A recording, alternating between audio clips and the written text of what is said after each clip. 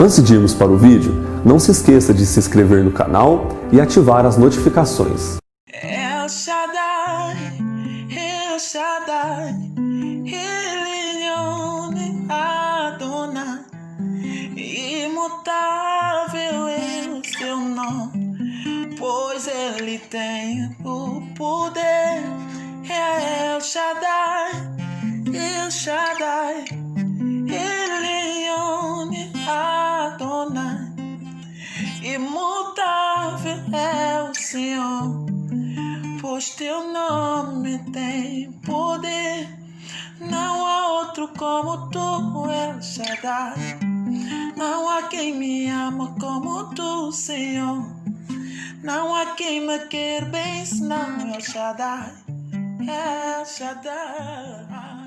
Abra comigo no livro de Jeremias, capítulo de número 9, versículo de número 23 a 24.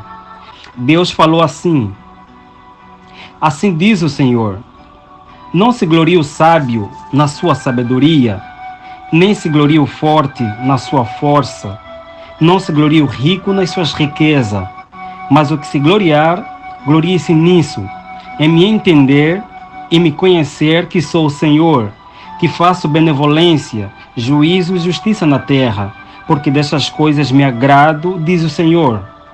Novamente, mas o que se gloriar, glorie-se nisso, em me entender e me conhecer que sou o Senhor, que faço benevolência, juízo e justiça na terra, porque dessas coisas me agrado, diz o Senhor. Até aqui. Pai Celestial, a Tua palavra foi lida. Rogo que deixes e confirme ela, porque qualquer pessoa pode ler a Tua palavra, pode ler uma porção das Escrituras, mas quanto à interpretação, só cabe ao Espírito Santo fazê-lo. Então desça e se faça visível e audível no meio de nós, e conforma-nos a imagem e semelhança do Teu Filho Jesus. Amém. Então vou procurar não me alongar, vou procurar ser curto e objetivo nessa mensagem que Deus colocou em meu coração para partilhar com os meus irmãos. E como tema eu intitularia o motivo de maior glória, ou então o nosso motivo de maior glória. Irmãos, a autoria da Bíblia Sagrada não é humana, ela é divina, ou seja, toda partícula escriturística tem como autor Deus Ele mesmo. Quando você lê a Bíblia, você está ouvindo Deus falar através do homem. E quando você cruza com uma frase que diz assim diz o Senhor, não significa que seja a única frase dita pelo Senhor, ou seja, a frase mais lida, mais inspirada da Bíblia. Toda a Bíblia é inspirada por Deus.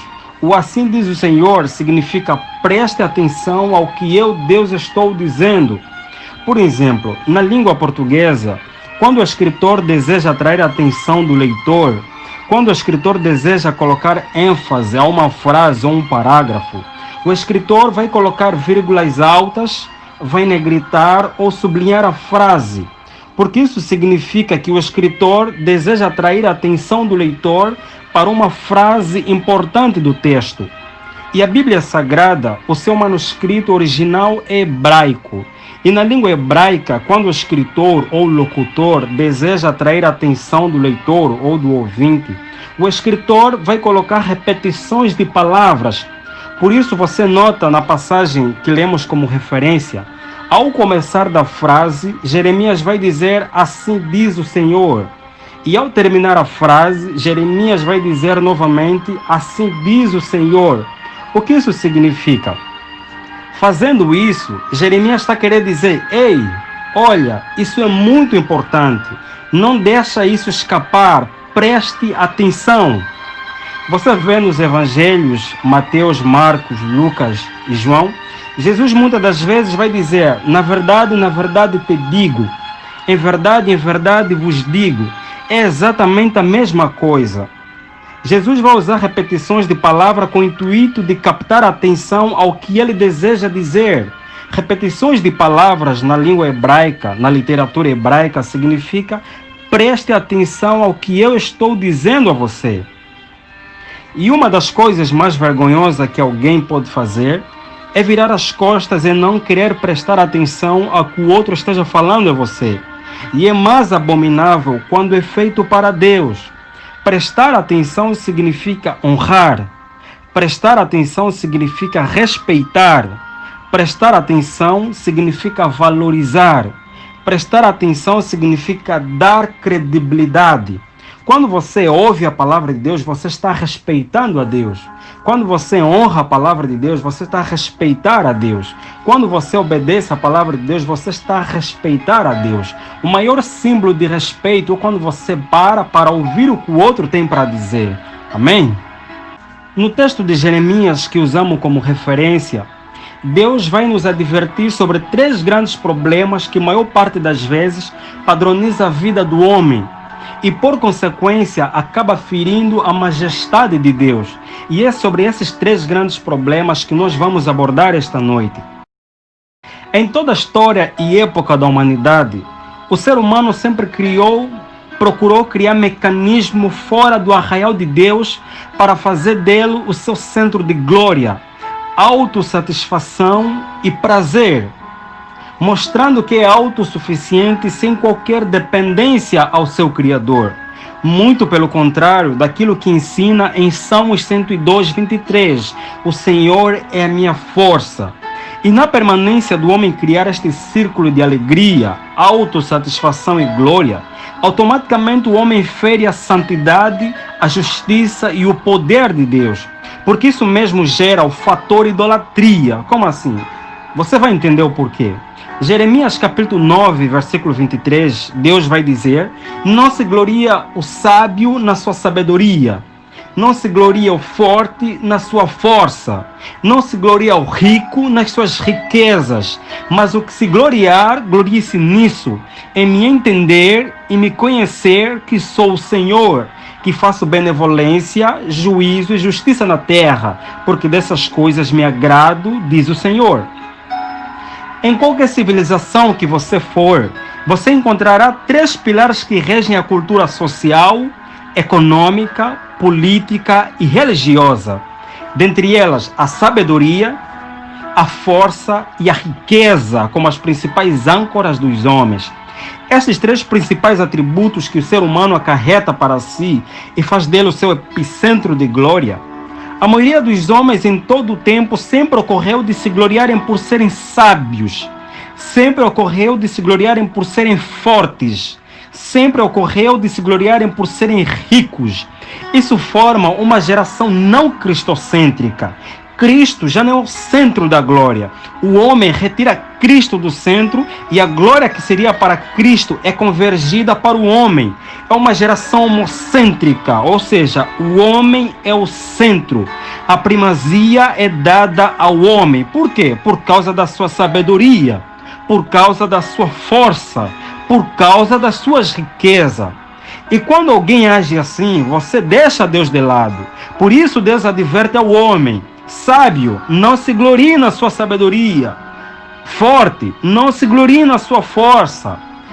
Rico, não se glorie nas suas riquezas. Por quê?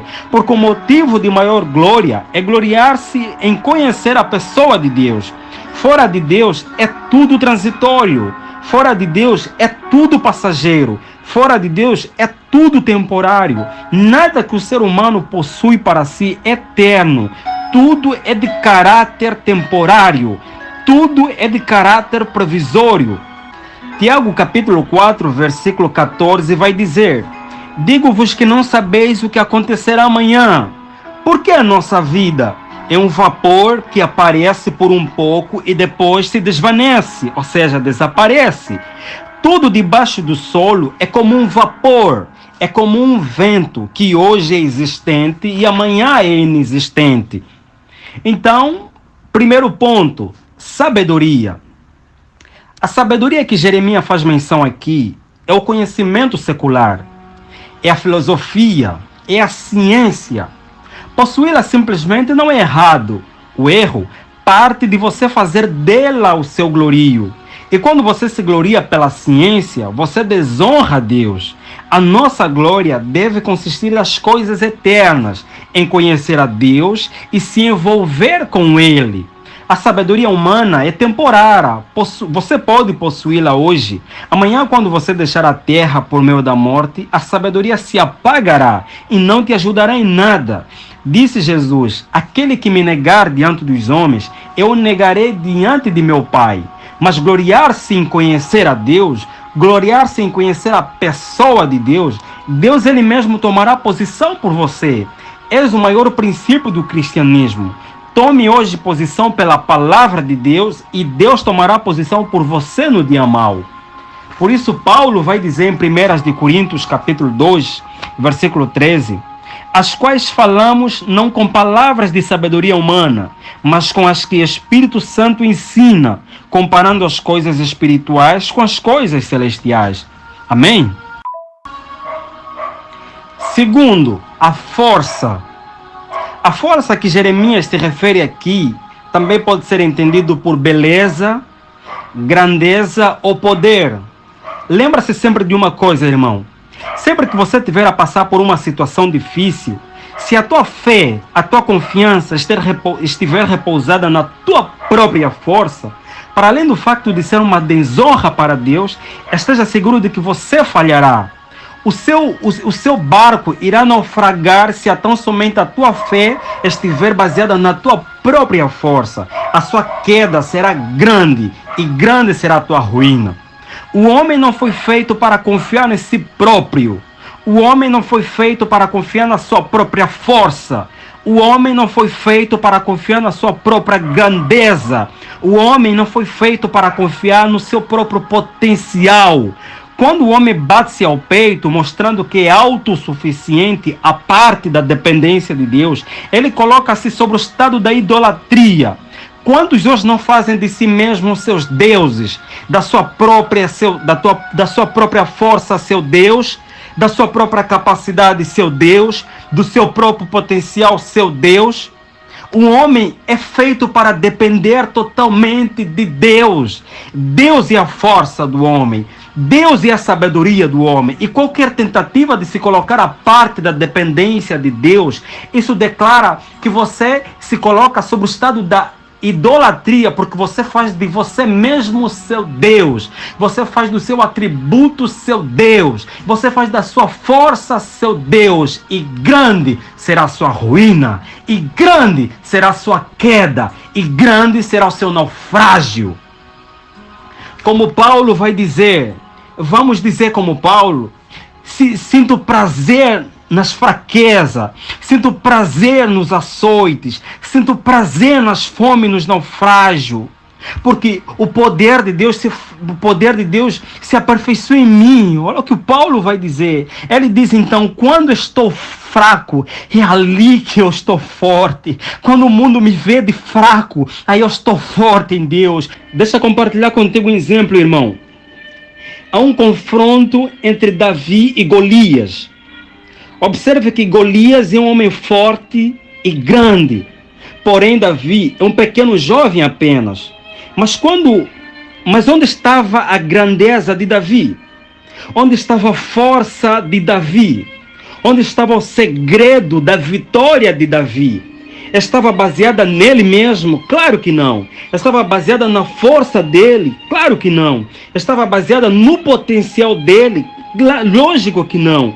Observa onde estava a força e a glória de Davi. 1 de Samuel, capítulo 17, versículo 37, vai dizer: disse mais Davi: o Senhor me livrou das garras do leão e das do urso, me livrará também deste filisteu. Então disse Saul a Davi: vai, e o Senhor seja contigo. Muitos de nós damos muito mérito a Davi como sendo um homem valente, forte, por derrubar o urso, por derrubar o leão e posteriormente por ter derrubado Golias. Mas Davi, por sua vez, vai depositar todo o seu mérito em Deus. Davi não vai se gloriar da força com que ele matou o leão e o urso, sendo proveniente dele mesmo. Não. Davi vai dizer: o Senhor me livrou do urso, o Senhor me livrou do leão, também me livrará desse filisteu. Meus irmãos, eu vos conjuro pela igreja do Deus vivo. Não importa qual seja a situação que você esteja a passar. Não deposite sua fé na sua força, na sua grandeza. Não deposite sua fé no seu potencial. Confie em Deus. Deita sua fé nele. Nenhum de vocês jamais cairá se a tua fé estiver baseada em Deus. A tua fé a tua força é desequilibrada. Hoje você tem, amanhã não tem.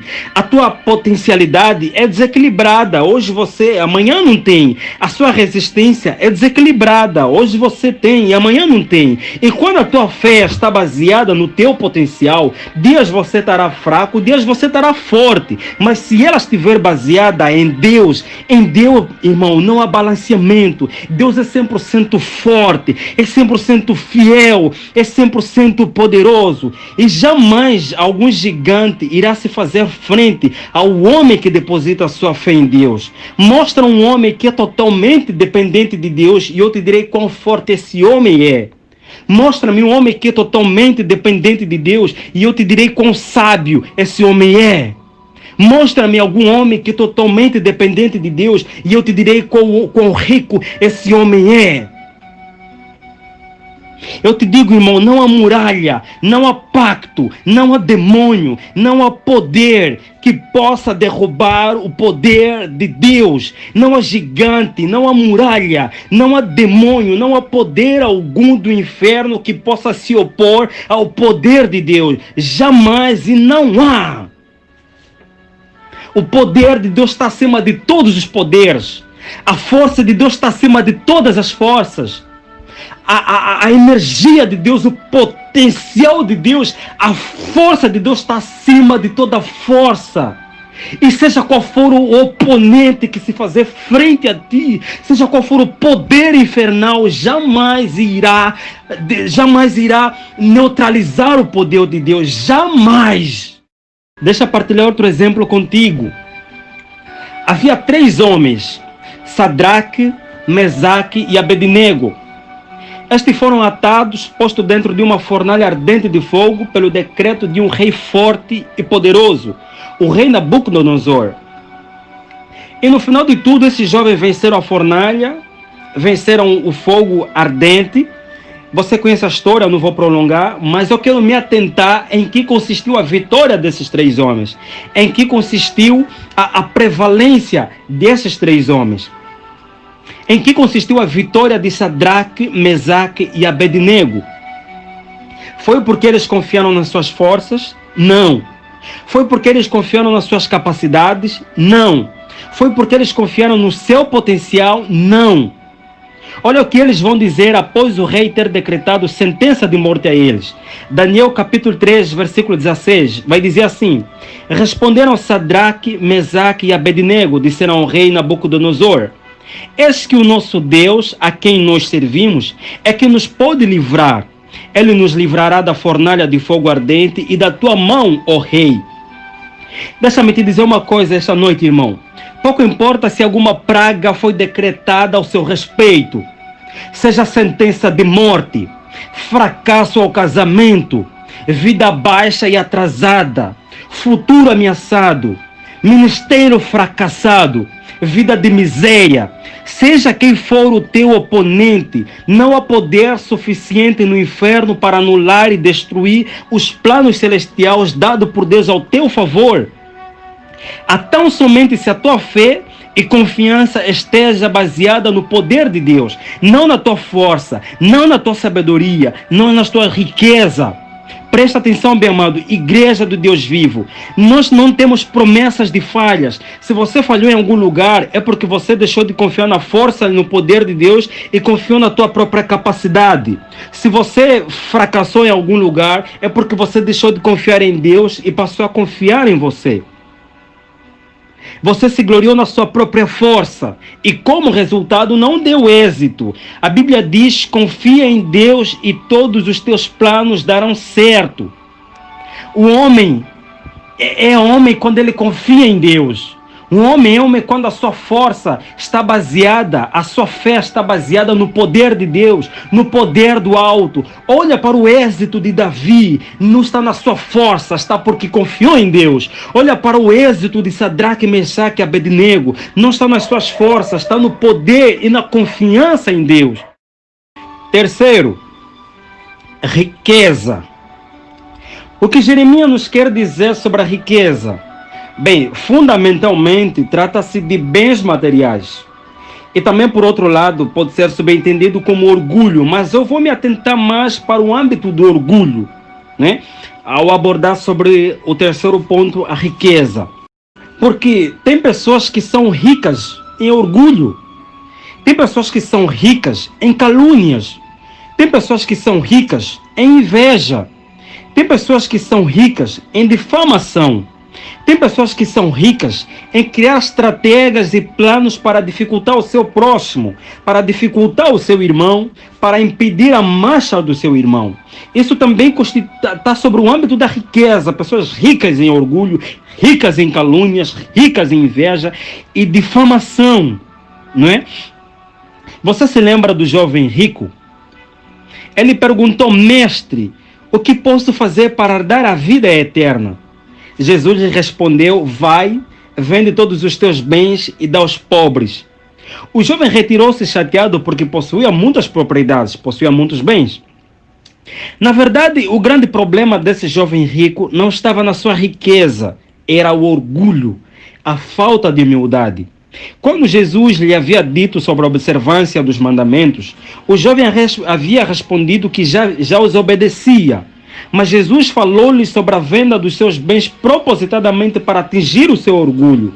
E ele acabou por revelar que era falta de humildade, era falta de simplicidade, era falta de humildade. O grande problema do jovem rico não consistia propriamente nos seus bens, consistia no orgulho. Meu irmão, o orgulho faz você não querer se arrepender. O orgulho faz você não querer se humilhar. O orgulho faz você não querer reconhecer onde está Deus. Diz a Bíblia: o tolo se gloria na sua força, mas o sábio no poder de Deus. É isso que faz o orgulho. É isso que faz a riqueza do orgulho. Você se orgulhar pela avareza. Você se orgulhar pelo pouco que você tem. A importância do homem em se gloriar por conhecer a Deus. Filipenses capítulo 4, versículo 4 vai dizer: regozijai-vos no Senhor. Outra vez digo, regozijai-vos. Deus é orgulhoso quando o homem se gloria por conhecê-lo. Deus é honrado quando o homem deposita sua confiança nele. Quando a fé do homem é dirigida a Deus, isso coloca Deus na disposição e na obrigação de tomar posição por este homem. E no final de tudo, Deus é glorificado. Tudo que você pode fazer para alegrar e conquistar o coração de Deus é quando você faz de Deus o seu centro de glória e alegria. O dia foi pesado, regozija-se no Senhor. Não aconteceu como planejou, regozija-se no Senhor. Porque o próximo nível está a caminho, você está sendo moldado, regozija no Senhor. Entenda uma coisa: quando a fé e confiança está no próprio homem, não faz sentido Deus agir, porque você está tentando mostrar a Deus que você também é capaz. Você está tentando mostrar a Deus que você também pode. E quando você pode, do que adianta Deus agir? Entende? Se você pode curar a si próprio, por que Deus mais pode agir? Se você acha que você pode dar-se a solução a si próprio, por que mais Deus pode agir? Então a única forma de Deus agir é você deixar Ele agir. A única forma de Deus operar é você deixar Ele operar. A única forma de Deus fazer o milagre ocorrer, a chuva de bênção descer, o fogo acontecer, é você deixar Ele fazer isso. E como você pode deixar Ele fazer? Confiar nele. Deixar Ele fazer, deixar a sua confiança nele, deixar a tua fé nele, deixar a tua força nele. É nisso que Deus se alegra, é nisso que Deus se agrada. Deus é o nosso maior porto seguro, irmão. Em tudo que você for fazer, seja em atos, seja em palavras, seja em ações, tudo fazei em nome de Jesus. lembrando que você e eu somos vaso e Deus é o oleiro. Nenhum vaso sai da oleria só porque achou que já tem forma de vaso. Nenhum vaso se dá sua própria forma. É o oleiro que dá forma ao vaso. É o oleiro que estrutura o vaso. É o oleiro que dá as dimensões, as diretrizes, a forma ao vaso. Não é o vaso que se molda a si próprio. Não é o vaso que dá solução a si próprio. É o oleiro. Quando o oleiro molda o vaso, aí sim o oleiro diz: este já está pronto. Este já está apto ao serviço. Este já pode ir ao campo, já pode sair da oleria. O que acontece quando o vaso sai por sua própria vontade?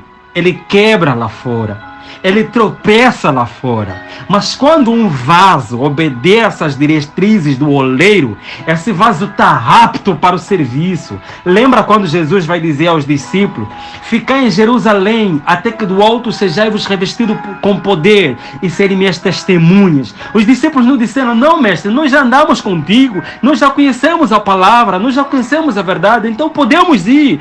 Eles não disseram isso, eles ficaram no quarto alto. Eles esperaram a descida do Espírito Santo. Eles esperaram o oleiro dizer: vaso, vocês estão prontos. Vaso, vocês estão preparados. Agora preguem o Evangelho. Agora anunciem o Evangelho de Jerusalém aos confins da terra. Porque eu, o oleiro, já dispensei vocês. Eu, o oleiro, já dei forma a vocês. É o que ocorre. Deixa o teu pastor ser aquele que dá forma a você, que dá formato a você. E quando acontece isso, quando você obedece isso, você é um vaso apropriado. Você é um vaso apto para o serviço. Aqui eu vou terminar, irmãos. Presta atenção. A maior glória de Deus é quando o homem gloria-se em conhecê-lo. A maior glória de Deus é quando o homem gloria-se por Deus ser o centro da glória do homem, do alegrar do homem. Então, o que significa conhecer a Deus? A língua portuguesa oferece um fundamento muito superficial daquilo que significa conhecer a Deus. Quando alguém diz: olha, eu conheço fulano, tudo que nós vamos pensar é o quê? Bom, ele conhece o nome dele, conhece a morada dele, provavelmente com quem ele vive. Mas quando você vai para a língua hebraica buscar o significado do conhecer a Deus, a língua hebraica oferece um fundamento mais pesado, mais fundamentado sobre conhecer a Deus. A palavra conhecer significa andar com. A palavra conhecer significa conviver com. A palavra conhecer significa ter companheirismo com alguém. A palavra conhecer significa ter comunhão com alguém. É disso que Jeremias se refere ao conhecer a Deus. É se envolver com Deus. É ter um relacionamento com Deus. É ter uma experiência pessoal com Deus. É ter uma convivência. É conhecer a Deus. É se relacionar com Ele. É ter um afeto com Deus. É ter uma relação pessoal e íntima com Deus. O conhecer também pode ser subentendido como uma relação de casais. Você vê o que um casal faz? Eles se relacionam, eles convivem, eles partilham intimidade, eles partilham segredo, eles partilham afeição. Um já não guarda segredo do outro, um já não guarda dotes para o outro. Eles são totalmente entregues um ao outro, que eles tornam-se uma só carne. Então é esse conhecer que Deus nos chama, é esse conhecer que Jeremias nos adverte aqui, que Deus se agrada quando o homem se alegra em conhecê-lo. Então é justamente por isso conviver com Deus, se relacionar com Deus, amar a Deus, ter intimidade com Ele, a tal ponto que Ele se torna nosso parceiro íntimo, a tal ponto que ele se torna o nosso parceiro de relação, o nosso parceiro de afeto. Amém? Por isso, irmão, Deus mais uma vez mostrou à humanidade, através do coronavírus, que a força do homem não pode salvá-lo, a sabedoria do homem não pode salvá-lo, a riqueza do homem não pode salvá-lo. dê uma volta ao mundo, vê quantos homens fortes, quantos homens sábios, quantos homens ricos perdem suas vidas. Vão para a cama dos hospitais e acabam morrendo. Vão para a cama dos hospitais mortos por um vírus. Isso é para mostrar que a força do homem não é capaz de salvá-lo. A sabedoria do homem não é capaz de salvá-lo. A riqueza não é capaz de salvá-lo. Deus é o único capaz de salvá-lo. O coronavírus não é uma questão não é uma questão de você ser forte, rico ou sábio. Não, não, não. O coronavírus é uma questão de você ter Deus. É uma questão de você possuir Deus. É uma questão de você conviver com Deus. Só temos um Deus ao qual nossa esperança deve estar baseada. Só temos um Deus ao qual nossa força, nossa fé deve estar baseada. Só temos um Deus ao qual a nossa fé, nossa confiança deve estar baseada. Esse Deus é a pessoa do Senhor Jesus Cristo. Confie nele. Deposite sua fé nele, sua confiança nele. Então, aquele que se gloriar, que glorie-se nisso, em conhecer a Deus, em conviver com Deus, em saber que Ele é o Senhor que faz benevolência, justiça e juízo na terra. Gostou do vídeo? Então não se esqueça de se inscrever no canal e acionar as notificações. Estamos pedindo isso por conta das novas normas do YouTube. Para isso é necessário seguir 3 passos: se inscrever no canal, ativar as notificações clicando no sininho ao lado do botão inscreva-se e curtir o nosso vídeo.